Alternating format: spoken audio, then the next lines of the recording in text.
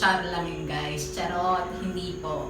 Kasi meron po tayong guest ngayon na paliliguan ko. At ang guest namin ay ang alaga namin dito sa bahay. Ang alaga namin, Kunero. Ito siya, si Pinky. Yan po si Pinky.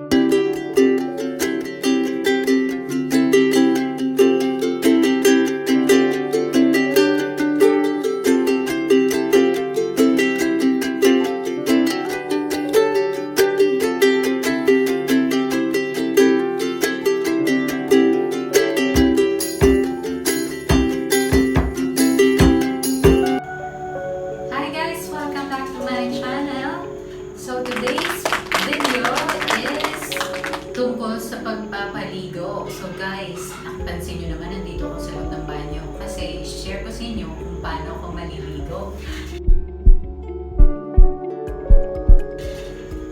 Char lang yun guys, charot. Kasi meron po tayong guest ngayon na paliliguan ko.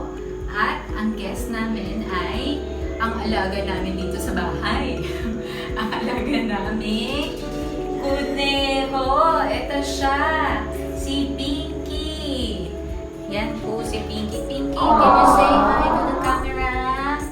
So, si Pinky po, ang rabbit na alaga namin dito sa bahay. Ang tawag ko sa breed niya ay Lionhead Rabbit. Okay? Alam nyo na kung bakit Lionhead Rabbit. Kasi meron siyang mane, looks like a lion. Oh, ayan oh. Kitang-kita naman. At guys, ang breed ni Pinky ay nagsimula sa Belgium country. So, pinangalanan nila tong Pinky dito sa bahay kasi naggoyo po sila sa pet shop dito sa Dubai. Kasi ang sabi sa pet shop, babae daw si Pinky. Pero ang katotohanan guys, lalaki siya. Lalaki kasi akala ng pet shop, mukha siyang babae. Kaya sinabi nilang babae. Yun. Ngayon, ang gagawin natin is si Pinky po talaga ang paliliguan ko, hindi po ako. So, sinigyan na ng paliguan si Pinky. Once a week namin pinaliliguan pag day off po. So, ngayon, ang ginagamit namin sa pagpapaligo, ito, Johnson's Baby Shampoo. Mild lang kasi ito. So, para hindi harsh sa buhok ng rabbit at saka sa skin ng rabbit. So, ang ginagawa ko naman is, minimix ko lang itong shampoo sa konting water. So, nalagyan natin siya ng tubig. Okay? Tubig. Okay? Tapos, 2 drops of shampoo. Johnson's Baby Shampoo. Okay? Magpas na 2 drops. Okay. So, yun lang. Isang patak, isang katutak ang linis. Ano yun? Joy commercial. So, ginagawa ko is, pinabubula ko mo siya. Ayan. Hanggang sa bumula na siya ng bumula ng gusto. Yeah! So, yan lang yan. Yan. Okay. So, nakikita niyo naman si Pinky. Napaka-behave ni Pinky. Yan. At napaka-cute. So, yan. So, syempre, aside from shampoo, after paliguan, kailangan natin i-dry si Pinky. So, eto, may prepared akong towel para sa kanya. Yan. Naghuhubay na si Pinky. Excited ka na ba yung maligo?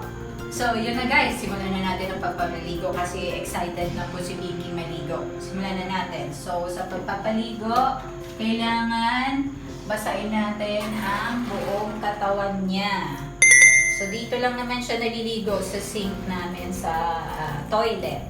Etong sink na to, I make sure na malinis bago siya maligo. Nililinis ko po siya.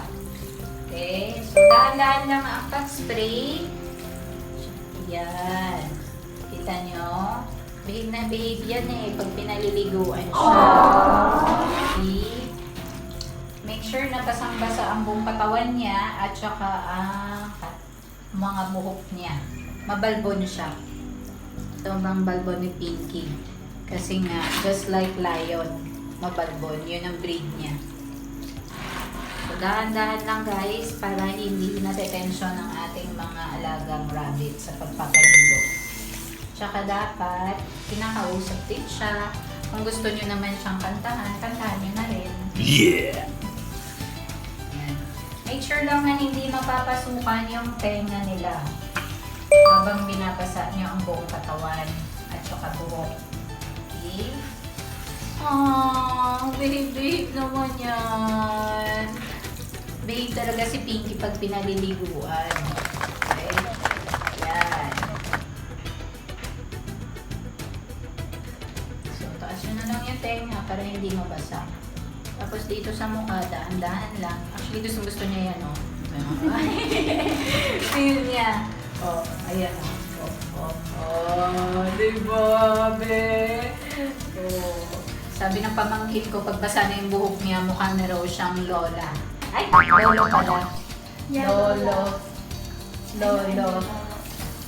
Ayan. So, since basang-basa na siya, pwede na natin i-apply yung shampoo. Nasaan na yung shampoo? So, ito na siya. Yan. Pwede natin apply sa kanya at ikuskus. Kuskus. Gustong-gusto niya rin ang naliligo kasi feeling niya na mamassage ang buong katawan niya. Diba, Pinky? Yes, Mommy. Yay! Nagsasalita na si Pinky!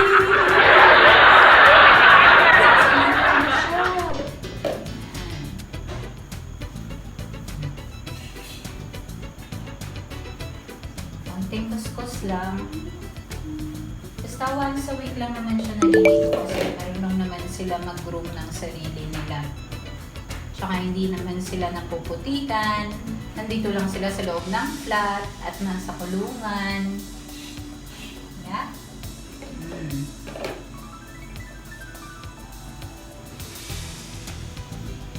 See?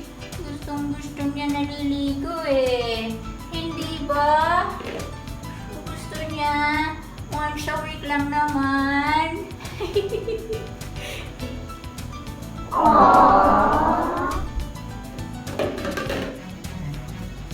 Susutay na, konting ano lang, sabon. Saka sa mukha, para hindi mo pasukan yung eyes. Paa. Linis paa. Yan. Linis. Basta make sure malinis ng gusto dito sa bandang ano niya, puwet kung saan.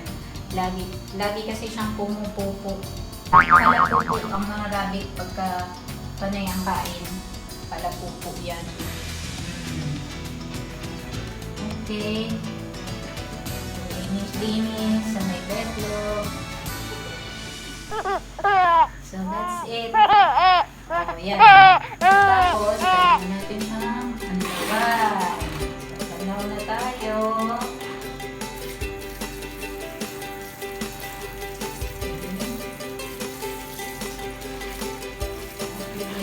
Malapit na bili. Bakit gano'n na tayo? Pagpapaligot mo.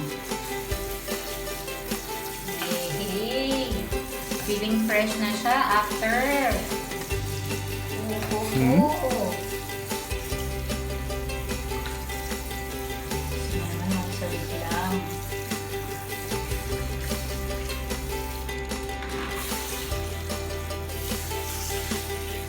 Ilang taon na nga ito si Pinky sa atin?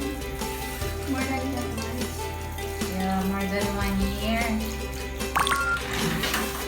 More than 1 year na ito. And how old is Pinky? Oh, I don't know. Maybe. How old are you, Pinky? I am 1 million years old naman. Oh my God. Kung hindi kaalaman din, ang lifespan ng rabbit is naglalas hanggang 10 years na yun sila. 10 years.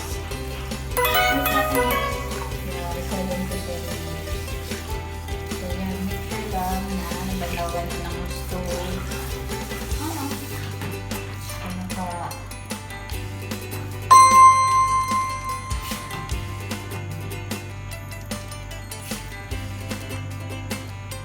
can't wait to try it. No, no.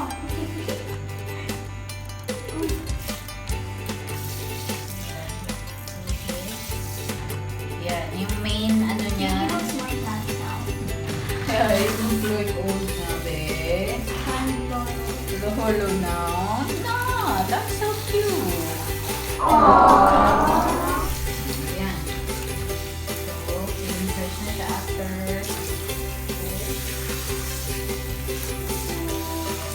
Yes, I'm done. So, after syempre paliguan, kailangan natin i-wipe up using towel.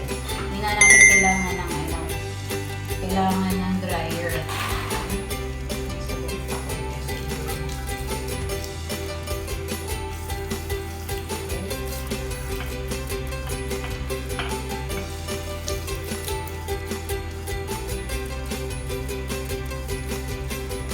Kailangan gano'n para hindi mapasukan ng ano. Ayaw na ayaw niyang hinahawakan yung mukha niya. So, yan. Tapos na tayo. Tapos na siya pagpapaligo. Guys, eto na. Pupunasan na natin si Pinky ko. Si Pinking cute. Yan. Ging, ging, ging. Wow. After that, marunong naman sila mag-dry up by themselves. You know, they were more than cats. So, kung gusto niyo naman siya, pwede niyo rin siyang suklayin after pagka natuyo na. Kasi, syempre, makapal ang buhok na Pinky. You know, Yun. there's a special comfort on rabbits. Yeah. You have to buy. Yeah. See? Oh, you feeling fresh na, bebe? You're feeling fresh na ba? Fresh na pa. So, yan. See? Tapos na siyang maligo. Feeling fresh na. So, ngayon, guys, nakita nyo, ganun lang kasimple magpaligo ng rabbit. Simpleng-simple lang. Diba? Simple lang. So, okay, by the way, bago ko i-end ang vlog na to, gusto ko mag-shout out. Special thanks sa aking camera girl, of course, kay Sophia, ang aking magandang pamangkin. May shout rin sa Sophia, Justin, and Monica. And of course, gusto ko rin mag-shout out sa aking dating manager dyan sa Pilipinas. Ang napakaganda kong manager na walang kakupas-kupas, si Ma'am Cres. Hi, Ma'am Cres! And also sa mga kapinsanan ko na laging sumusuporta at nanonood. Si Charlie dyan sa Pilipinas, sa Manila. At si Debbie dyan sa Hawaii. Hi, Debbie! Ingat kayo lagi and God bless. So guys, hope you like this video. And if you like this video, please don't forget to like, subscribe, and share and comment down below na rin. And also don't forget to click that bell button so you'll be updated on my new videos. So that's it for today, guys. Bye! Bye.